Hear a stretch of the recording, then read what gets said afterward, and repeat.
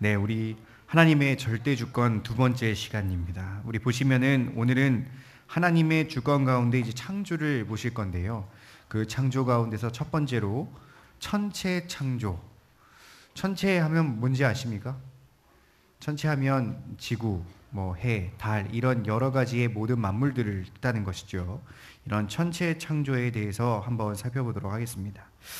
저번 주에 우리가 공부했듯이 계속해서 우리가 이 절대 주권을 논의할 때 가장 먼저 나와야 되는 성경 구절이 뭐라고 제가 말씀드렸죠? 로마서 11장 36절이라고 제가 분명히 말씀드렸을 것입니다. 저를 잠깐 보시고 한번 해볼까요? 이 정도쯤이야, 그죠? 시작. 이는 만물이 주에게서 나오고 주로 말미암고 주에게로 돌아갑니다. 영광이 그에게 세세토록 있을지로다. 아멘. 제가 일부러 조용하게 했는데 잘 하시는 것 같습니다. 그러니까 이 세상 만물이 존재하기 전부터 이미 하나님의 그 모든 계획 속에 있었던 것은 모든 것들이 하나님으로부터 나오기 때문이라고 계속해서 거듭 말씀드렸을 것입니다. 그래서 하나님께서 뭔가 이 세상을 창조하셨을 때, 그러니까 하나님이 태초에 이 태초 전에 이 태초의 천지를 창조하실 때에 누구와 상의를 하신 적이 있으셨겠습니까? 혹 누가 이렇게 하면 어떻습니까? 라고 제안한 사람이 있겠습니까? 아니면 하나님의 그 계획하심에 영향을 준 어떠한 것이라도 있었을까요? 아무것도 없었습니다. 하나님께서는 모든 세계를 창조하시고 그 모든 피조물을 거처를 정하실 때 오직 하나님 홀로 모든 것을 계획하시고 실행에 옮겼다는 것을 아마 이 창세기의 말씀을 통해 다들 알고 계실 것입니다. 이것이 바로 하나님의 절대 주권에 의한 것이라고 아마 저번 시간에 배우셨을 겁니다.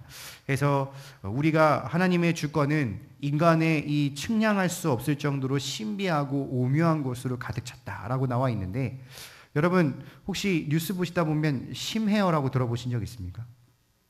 들어보셨죠? 지금도 심해어가 발견되지 않은 미지의 생물이 있다고 나옵니까? 없다고 나옵니까? 네? 인간이 모든 바닷속을 다 정복했을까요?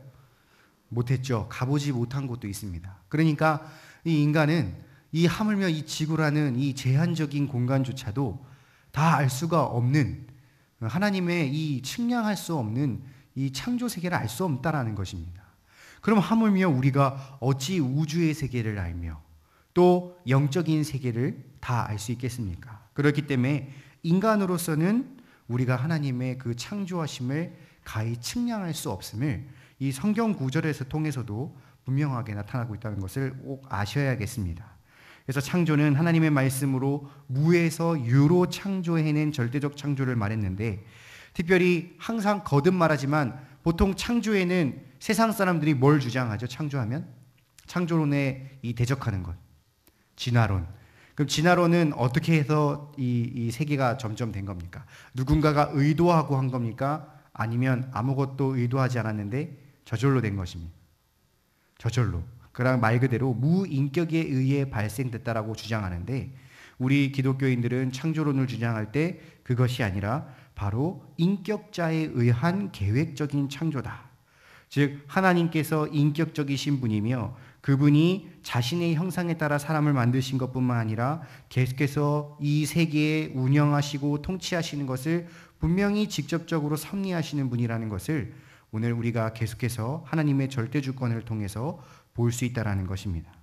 그래서 칼빈이 뭐라고 했냐면요, 하나님에 대해 알면 천지 창조와 그의 부단한 통치에 의하여서 확실해진다. 어렵죠? 이게 무슨 말이냐면, 하나님을 어떻게 알 수 있느냐? 밖에 나가서 자연을 봐라. 밖에 나가서 하나님이 봄, 여름, 가을, 겨울 운영하시는 것을 보면 하나님이 계신 것을 알 수 있다라고 주장하는 것과 같은 것입니다. 제가 자랑 같지만 미국 갔을 때 그랜드 캐니언을 한번 본 적이 있는데요. 그 그랜드 캐니언은 감히 인간이 이렇게 말할 수 없을 정도로 광활하고 정말 그 깊이가 깊어서 그냥 제가 거기 하나 떡 떨어져도 아무도 티가 안 납니다. 그냥 그 안에 서 있으면 제가 먼지 같은 존재밖에 불과합니다. 그럼 그걸 보면 사람들이 뭐라고 생각하겠습니까? 와, 자연 넓네. 이렇게 생각하겠습니까? 아니면 야, 이런 광활한 것을 만드신 분이 있을까? 이런 본능적으로 생각하는 것은 당연하다는 것이죠. 그래서 하나님을 알 수 있다는 것은 하나님 만드신 세계와 그 운영하시는 방법을 보면 충분히 깨달을 수 있다는 것이 우리가 칼빈이 말했다는 것을 볼 수 있다는 겁니다. 자, 그렇다면 그 가운데서 우리 천체 창조에 나타난 하나님의 주권을 한번 보겠습니다. 보시면 눈을 들어 하늘을 볼 때 펼쳐지는 우주의 장관은 실로 하나님의 주권의 사역에 위대함을 드러내는데 왜 그러느냐?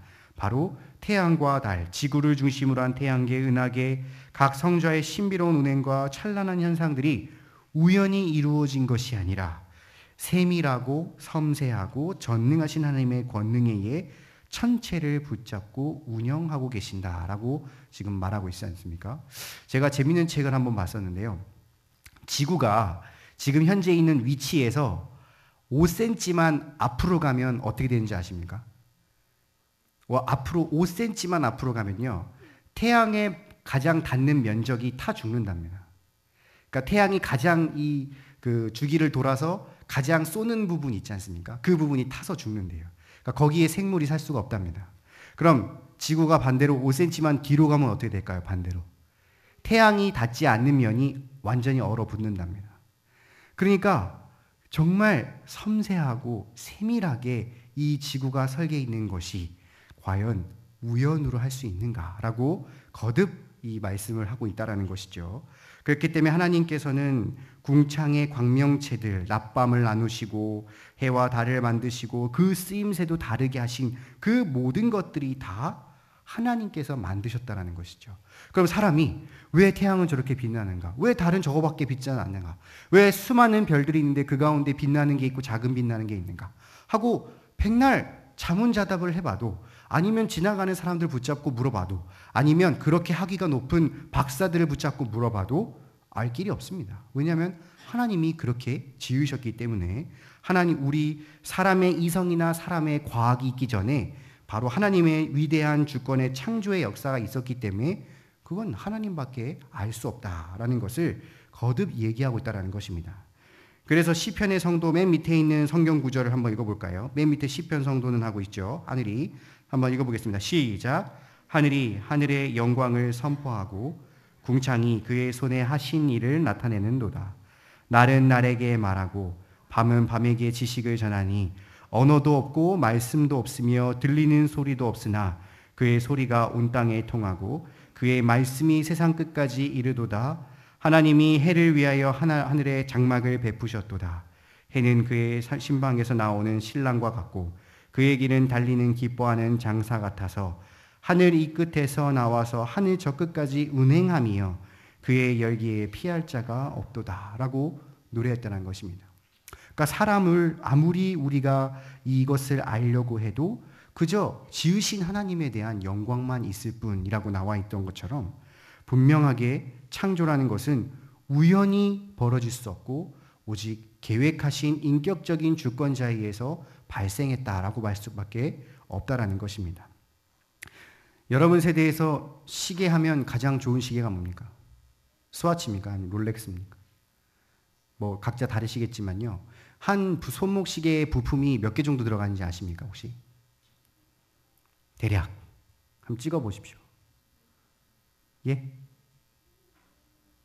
뭐 전혀 생각이 없으십니까? 네. 한 600개 정도 들어간답니다. 스와치는. 그 조그만한 시계에 작은 부품을 하나씩 다 따져보면 600개 정도 들어가는데, 자, 그 시계를 쫙 펼쳐놓고 부품을 우연히 만들어 보자. 그래서 그게 이 톱니바퀴처럼 다 이렇게 잘 어우러질 수 있겠죠? 그렇죠? 한 2만 년 정도 지나면 될까요? 아니, 한 10만 년 정도 지나면 그게 스스로 다 모여가지고 톱니바퀴처럼 되겠습니까?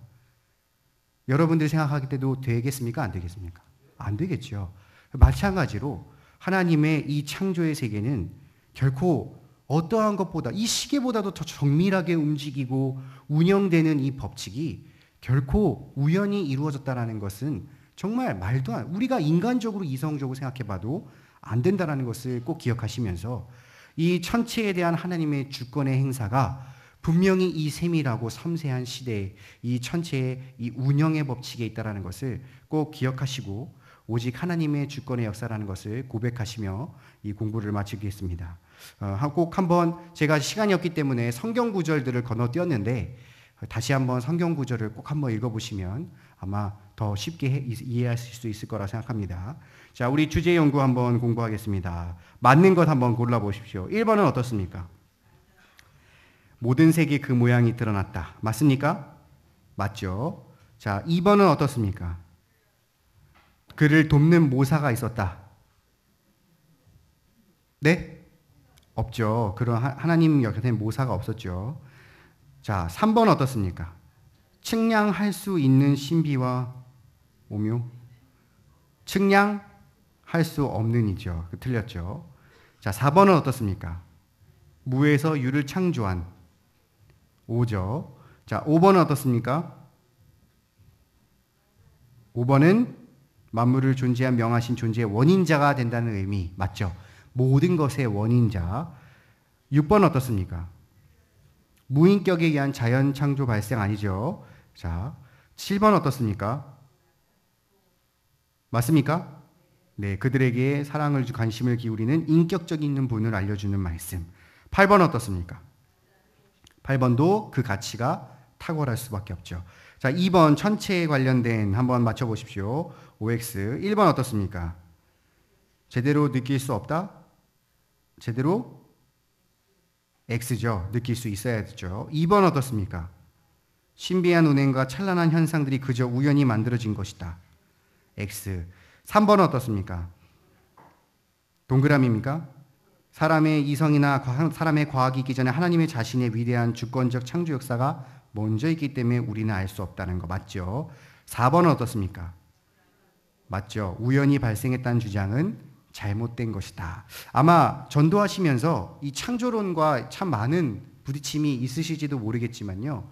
그 한 가지 참고하실 것은 진화론을 주장했던 다윈도 자기가 죽기 전에 유언이 자신의 주장이 잘못됐다라는 것을 남기고 죽었습니다. 혹시 그건 알고 계십니까? 그래서 조금만 인터넷에 검색해 보시면 진화론이 왜 엉터리인지를 충분히 차고 넘치게 검색하실 수 있으니까 괜히 누가 진화론 얘기하면 학교에서 공부하는데 내가 좀 한 발 빼자 이렇게 생각하지 마시고 얼마든지 창조론도 우리가 이성적으로 이해시킬 수 있다는 것을 공부를 통해서 더 좀 확고하게 정립하셨으면 좋겠습니다. 기도하겠습니다. 하나님.